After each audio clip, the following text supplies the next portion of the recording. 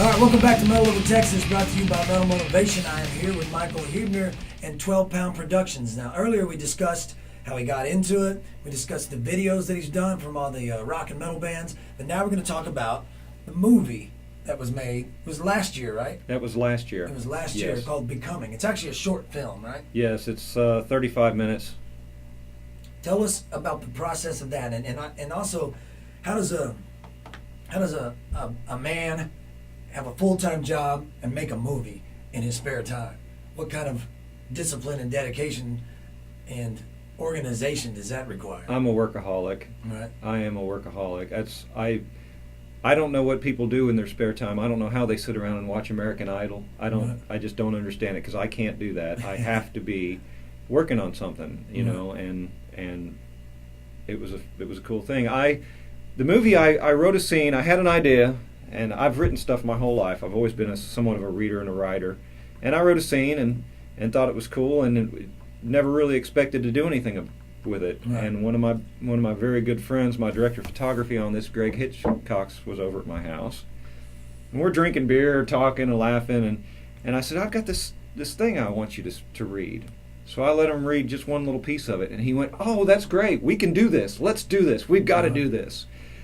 And one thing led to another, and next thing I know, we're working on a film. We're working on a short film.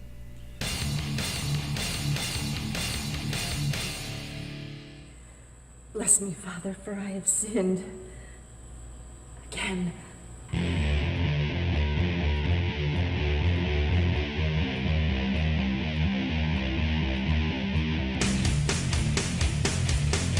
They told me it was a very special job. All I knew was it was a lot of money.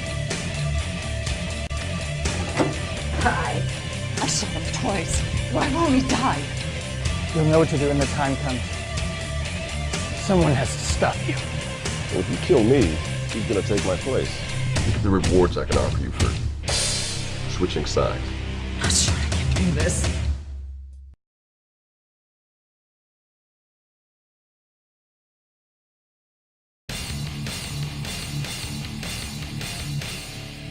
So where did you primarily shoot it? In what city and in what areas? I know there was a church involved, and you told me a story about the church that there was some. Did your parents went there or somebody? I forgot what you told me. But My mother is a church secretary for 25 years or so. She was a church secretary forever and ever. This guy's mom is a church secretary. My mother's a church secretary. Sweet woman.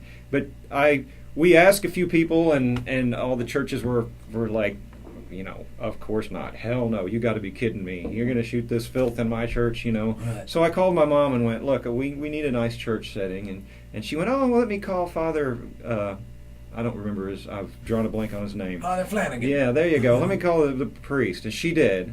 And called me right back and goes, when do you want to go? What day do you need? Wide open. Cool. So we called him, and the guy was great, was cool as hell. He told me he's got a daughter in film school in Austin and was like, you know, do it, come on. And I thought, we're just going to shoot outside. We'll just shoot outside, everything will be fine. When we get there, the secretary was there. My mom is retired, so they had a new secretary. So I walked in the door, and all I had to say was Huebner, my last name. And they went, oh, Michael, and gave me a big hug, and I've been hearing about you for years, and everybody come in, and we ended up shooting inside the church, outside the church, behind the church. They let us shoot anywhere we wanted to shoot. They were just so gracious and cool. Cool. Well, it helps to know people in higher places. Yeah. Thanks, Mom. Literally, at this point. Yeah, thanks, Mom. It was great. This is real casting. You're not talking about, hey, I'm going to make a movie. Bro, you want to be in my movie? You're the bad guy. You know? Exactly. Because, you know, maybe I can't act. No. By the way, I can. Just saying. I can act like a fool. I can act like a jackass. I've proven that many times. And people learn very quickly because everybody thinks they can act, but people study for years and years to get it. It's way more difficult. Oh yeah, I can do that. And you point a camera at them, and everybody becomes self-conscious and freezes up. And my actress for this studied for years and years for Becoming. Her name's Stephanie Rollins. Very, very talented. She saved my life. She was just awesome. awesome actress.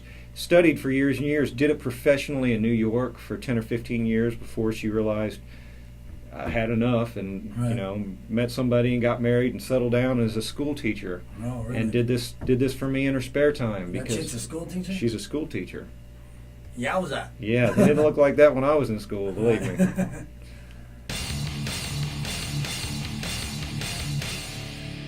So you say it took about 6 months. What about the now that includes editing and everything? Is that just a shooting process? No, it took me another 6 months to get everything put together and completed. This was each one of my projects becomes more ambitious. This is my most ambitious project to date, to do to do a half an hour movie.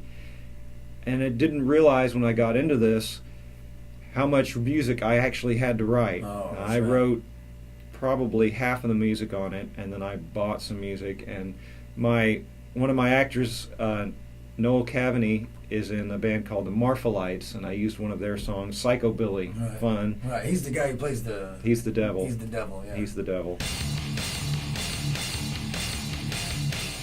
But how much do you have tied up in equipment, and what kind of equipment do you use?